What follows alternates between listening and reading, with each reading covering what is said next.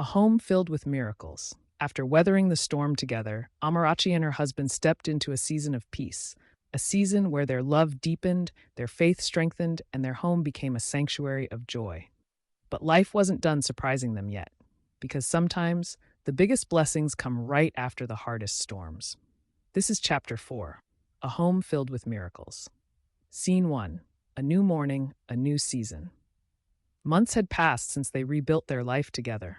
Their home felt different now, lighter, warmer, wrapped in gratitude. Every morning, Amarachi would wake before her husband and watch him sleep peacefully. There was something tender about his face in those quiet moments, the softness in his breath, the calm in his expression. She would whisper, "Thank you for this peace, for this love, for this man," and she meant it with her entire soul. Scene 2. Breakfast conversations. Their mornings became sacred. Good morning, my heart. Good morning, my king. They cooked together, flirted over scrambled eggs, and shared warm tea while talking about everything: work, life, dreams, laughable moments, and sometimes the mysteries of life. Because their conversations were never shallow.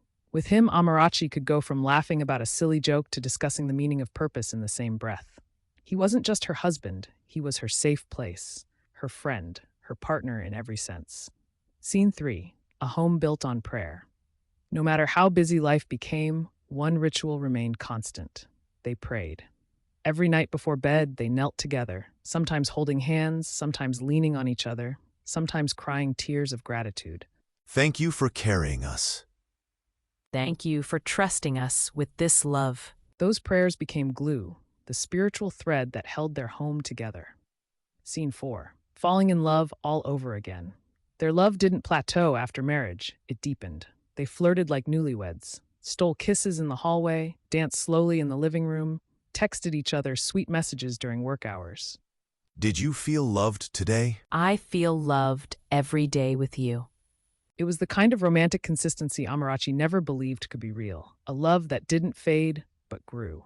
Scene 5. The miracle they didn't expect. One quiet afternoon, Amarachi felt different. She sat alone, hand on her stomach, wondering if she should say something. Could it be? At her age? After everything? She didn't want to assume. So she waited.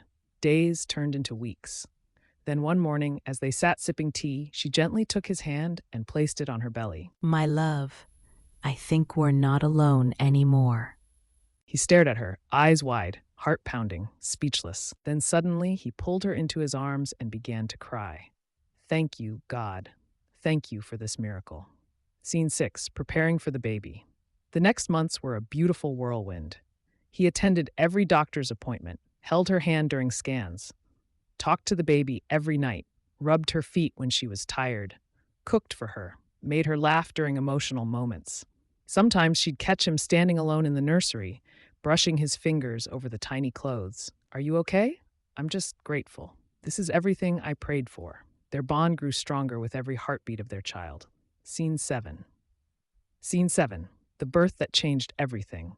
The night she went into labor, he was the calmest yet most anxious man she had ever seen. He held her hand through every contraction, whispered encouragement, kissed her forehead, breathed with her, prayed over her. Hours passed.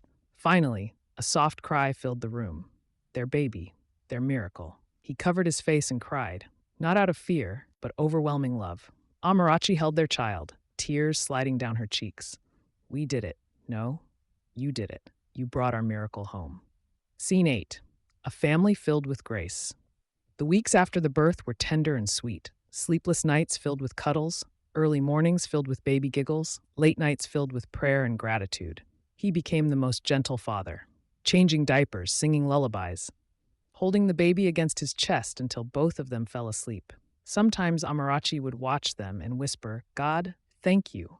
I am living inside the miracle I once begged for. Scene 9. Building a future together. With a family now complete, they began dreaming bigger. They started saving more intentionally, investing in their future, planning vacations, designing the home they wanted to buy, talking about raising children who knew love, faith, and purpose.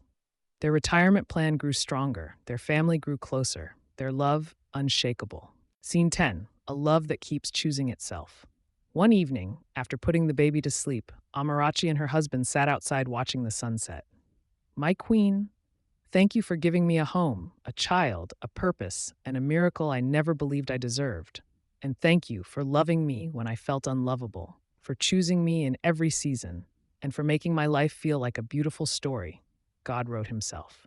He leaned in, kissed her deeply, and whispered, "This family, this life, this love, it's forever." And as the sky painted itself in soft gold, Amarachi realized something.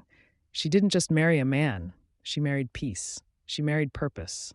She married destiny. And now she was living inside the greatest chapter of her life.